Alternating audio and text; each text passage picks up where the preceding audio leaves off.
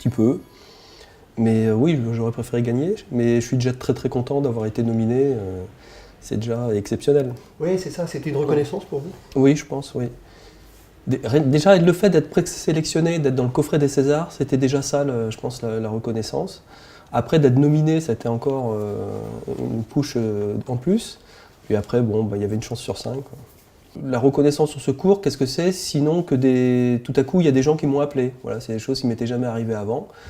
Il y a quelques personnes qui ont souhaité me rencontrer parce qu'ils avaient vu le film, ils avaient aimé, ils voulaient savoir qui j'étais, ce que je faisais, est-ce que j'avais des projets, etc. C'est en ça où les choses ont été un petit peu différentes. Alors ces gens-là, qui étaient-ils? Des gens du métier, des producteurs? C'était des gens du métier, des producteurs, des distributeurs. Je pense qu'il y a peut-être matière effectivement à faire un long métrage de l'histoire. On est en train d'y réfléchir avec le co-scénariste, qui s'appelle Joël Catrin, qui est l'avocat qui a vraiment refait les pancartes dans la vie, hein, et qui est un ami que je connais depuis une vingtaine d'années. Et on est en train de travailler tous les deux à l'élaboration d'une histoire pour en faire un long métrage. Oui, alors on va rappeler cette histoire évidemment pour ceux qui ne le sauraient pas. Donc effectivement, Joël Catrin est véritablement avocat dans la vie, c'est lui qui a fait cette pancarte. Et vous vous rencontrez comment tous les deux? Donc c'est un ami, hein, je le connais depuis très longtemps. Et un jour, il m'a raconté cette histoire-là. Et j'avais vu, ce qui était marrant, c'est que j'avais vu des pancartes qui étaient un peu drôles sur des SDF dans Paris. Je me dis, tiens, c'est marrant, on dirait qu'il y a quelqu'un qui fait ça.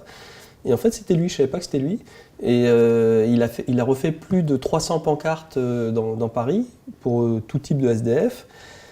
Et quand il m'a raconté ça, j'ai dit, ah mais c'est marrant, il faudrait en faire un court-métrage. Au début, il n'a pas voulu, parce qu'il ne voulait pas tellement s'exposer. C'est pas quelqu'un qui aime être devant les projecteurs.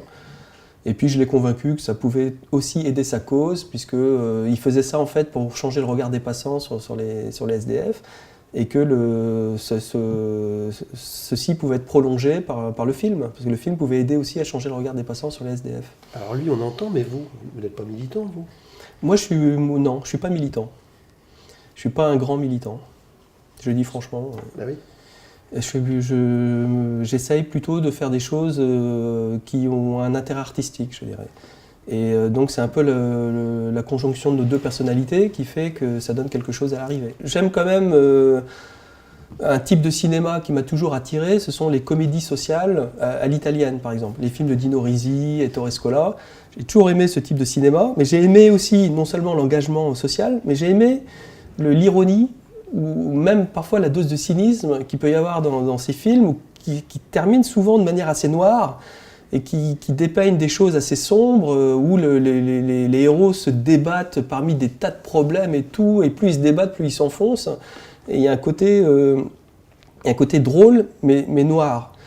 Et ça m'a plu, et c'est un peu le genre de cinéma que j'aimerais faire. On n'est pas du monde du cinéma. Non, pas du tout. J'étais ingénieur avant, voilà. ingénieur en télécommunication. En télécom. Ça faisait partie de la grande famille des ingénieurs télécoms. Ouais. En fait, la vraie histoire, avant, moi je voulais être musicien. Donc j'étais chanteur. Alors j'ai fait du piano classique quand j'étais jeune, mais j'étais plutôt attiré par le rock, la pop, et même quand j'étais adolescent, c'était plutôt la new wave. Lesquels, des noms? C'était les Cure, Simple Minds, voilà. Robert Smith, etc. Voilà. Et donc j'ai fait partie d'un groupe, un premier groupe qui s'appelait Scénario, qui est un groupe étudiant. Marrant d'ailleurs comme Scénario, voilà, déjà une petite référence au cinéma. Et je jouais des claviers, je composais les musiques et je chantais. Mais j'ai jamais réussi à percer dans le milieu, en fait j'ai pas réussi à gagner ma vie. Et donc à un moment donné, il a fallu que je fasse un choix, que j'ai choisi de travailler comme ingénieur. Mais je me suis toujours dit que je reviendrai plus tard. Oui, parce que quand vous nous dites, quand on a votre interview, on dit, vous commencez par dire je suis ingénieur. Non, il faut commencer par la véritable histoire. Vous vouliez être musicien, vous étiez chanteur, et finalement ce que vous faites aujourd'hui, c'est Exactement, je fais ce que j'aurais voulu faire avant, quoi. Voilà. Sauf que j'ai plus de cheveux, je peux plus être chanteur, c'est ce que j'ai dit de temps en temps pour faire rigoler. Et donc, comme j'ai 40 ans passés, je me suis plutôt senti plus à l'aise à faire du cinéma aujourd'hui, à mon âge, avec mon expérience, que faire de la musique. Alors vous dites faire du cinéma, vous dites pas faire du court-métrage ou du long-métrage ou du moyen-métrage. Hein. Vous dites on fait du cinéma, oui. C'est ça? Oui, je pense, oui. Après, la durée, c'est ce qu'on veut bien nous financer, quoi. Hein. Mais moi, je serais tout à fait disposé à faire des longs-métrages, évidemment. Ouais. Si vous deviez faire un premier long-métrage, hormis ce court-métrage en long, ça serait quel type de film vous aimeriez faire, par exemple? Donc moi je suis attiré par deux trucs. Il y a comme j'ai dit tout à l'heure, les comédies un peu sociales avec tendance ironique, cynique. Et d'autre part, je m'intéresse aussi aux relations amoureuses. Alors les deux peuvent être liés. Et en particulier au rapport entre les hommes et les femmes. Et donc je pense que j'aimerais bien aussi faire un film sur ce sujet. Oui. Il y a plein de choses à dire là. Ah, il y a énormément de choses à dire, je pense. C'est du vécu, c'est toujours un peu d'histoire. Bon, bien sûr, il y a toujours du vécu. Oui, bien sûr. Oui. Voilà. Et qu'est-ce qui vous a plu alors quand vous avez fait ça vous a pris du temps de faire ce court-métrage là? Ça m'a pris quand même une bonne année. Entre l'écriture du scénario, le financement, le tournage, le montage, 1 an à peu près. Ce qui est assez court. Hein. Ça peut prendre encore plus de temps parfois. Et de changer d'une vie finalement où vous aviez votre paye chaque mois confortable, à cette vie-là, ça vous a pas fait peur? Il y a eu un petit saut dans l'inconnu, surtout que j'étais plus tout jeune. J'aurais eu beaucoup moins peur si j'avais 10 ans ou 15 ans de moins. Hein. Mais voilà, je me retrouve dans des festivals avec des gens qui sont beaucoup plus jeunes. Je démarre en partant de zéro, quoi, en faisant des courts-métrages. Mais bon, je pense que c'est aussi comme ça qu'on se crée une certaine légitimité dans un nouveau milieu. Si j'avais démarré tout de suite en faisant des longs, en les finançant moi-même ou avec des personnes que je connais, etc., ça n'aurait pas été pareil, je pense. Ouais. Et vous avez l'impression de faire ce chemin de musicien, quoi, voilà, vous êtes un musicien un peu comme ça. Oui, et puis moi, en fait, les courts-métrages, j'aime bien, c'est le 3e que je fais. Je trouve qu'il y a quelque chose de sympathique dans le court-métrage, c'est qu'on est totalement libre de faire ce qu'on veut. On n'a quasiment aucune contrainte, même si on a des chaînes de télé, grosso modo, ils ne vous embêtent vraiment pas du tout. Et puis il y a un petit côté, ça reste artisanal. J'aime bien l'artisanat. J'aime pas quand les choses deviennent un peu trop huilées, les grosses machines, et qu'on rentre dans des espèces de systèmes. Alors, je pense que techniquement ou artistiquement, c'est assez similaire. Hein. C'est juste la durée qui n'est pas la même. Mais j'ai ce film-là et le précédent que j'avais fait, qui s'appelait Schéma directeur, il y avait déjà une matière pour faire un long métrage. Donc c'est déjà des films qui duraient une vingtaine de minutes. En les délayant, je veux dire, si j'avais voulu, ils auraient duré 35 minutes. Quoi. Mais bon, j'ai fait 20 minutes parce que j'aime bien aussi que les choses soient rythmées, qu'il n'y ait pas de gras, si vous voulez. Mais oui, je pense que faire un long, c'est très peu différent. Sauf sur la fatigue. Une chose qui me fait un tout petit peu peur, c'est que un court-métrage, on fait ça en 7 jours, avec une énergie qui est là du début à la fin. Un long-métrage, c'est plusieurs semaines, avec un repos, une journée, le dimanche.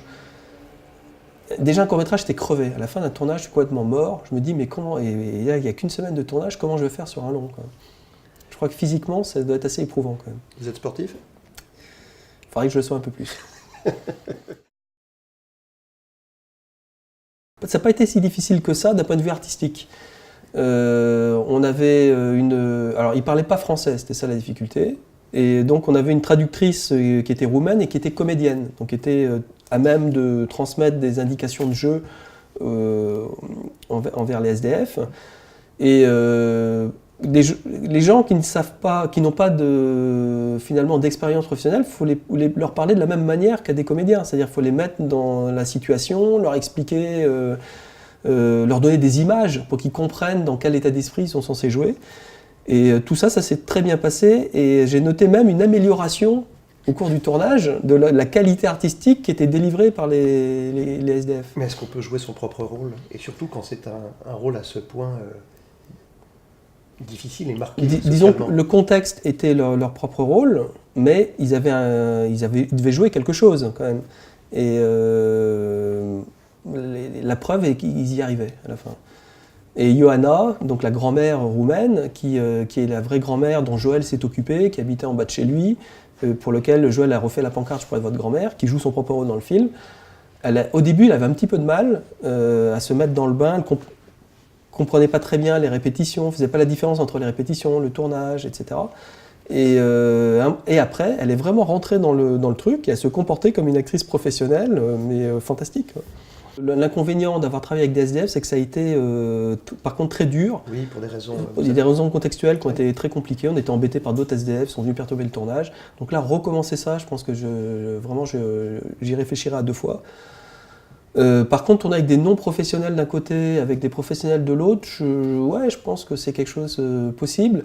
Mais je pense que je suis quand même plus attiré par les tourner avec des professionnels. Pourquoi ? Voilà. Pourquoi ? Parce que c'est plus simple, tout simplement. C'est des comédiens, ils savent... on passe moins de temps à obtenir ce que l'on veut de professionnels que de non-professionnels. Des non-professionnels prennent plus de temps. Est-ce que vous vivez de ce que vous faites aujourd'hui ? Aujourd'hui, non. Mais j'espère demain. Pour l'instant, je vis de l'argent que j'ai un petit peu accumulé dans ma vie précédente, où j'étais donc, je dirigeais une PME. Donc ça veut dire que c'est beaucoup de sacrifices finalement pour faire ce métier à 40 ans, Ouais. quand on veut être réal comme vous, et pourtant avec un film primé, on l'a dit, au César. Enfin, Oui.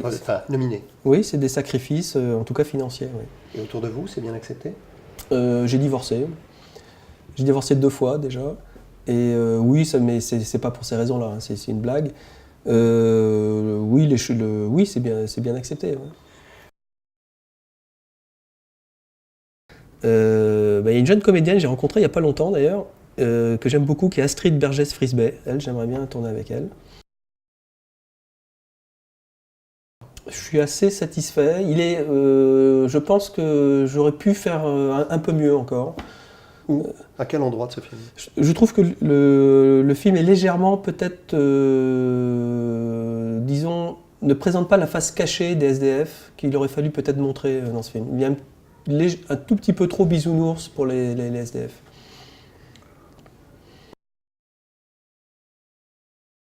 Dans la vraie histoire, le cabinet a été plutôt assez cool avec Joël. Ils ont un peu supporté son histoire de faire des pancartes, mais à la fin, bon, il s'est quand même barré, enfin, il a même plutôt été viré, quoi. Mais ils ont... Pourquoi ne pas avoir raconté ça, d'ailleurs, la vraie histoire d'aller au bout, puisqu'il s'est fait virer ?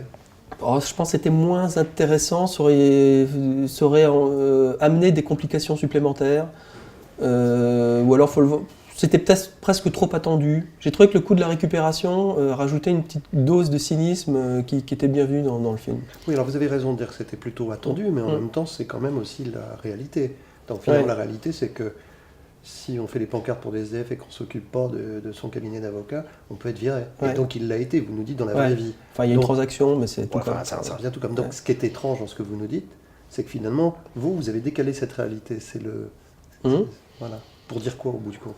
Pour dire que chaque fois qu'on veut faire une bonne action, ça peut être récupéré. Le système vous récupère. C'est ça que je voulais dire aussi, quoi. Et donc lui, il a essayé de faire une bonne action et ça a été récupéré. De faire un long métrage. Voilà, j'aimerais bien faire un long. Que je réalise un long, alors pas cette année en 2012, mais on va dire en 2013. Alors en 2013, je réalise mon premier long métrage. Il vous faut quoi pour le réaliser ? Dites-nous. Il faut que j'ai un bon scénario. Je pense qu'il ne faut pas lésiner sur la qualité du scénario. C'est la chose principale. Et puis ensuite, si j'ai un bon scénario, je pense que ça devrait se faire tout seul. Parce que justement, grâce à ce film-là, parce que j'ai montré que je peux faire quelque chose. Je pense que le cours que j'ai fait, puis le précédent aussi, sont plutôt de nature à rassurer les éventuels investisseurs. Enfin, j'espère. Écoutez, je suis pas fou, quoi. Voilà. Puis j'ai un passé d'entrepreneur, donc je fais attention à ce que je fais, quoi. Voilà. Vous êtes un homme sérieux. Je suis un homme sérieux. Ouais. Voilà. Et ça, c'est important pour... Donc, messieurs les investisseurs, je suis un homme sérieux. Vous pouvez me confier votre argent. Je ne sais pas si vous le retrouverez à la fin, mais je saurai quoi en faire. Merci beaucoup, Bernard Tanguy.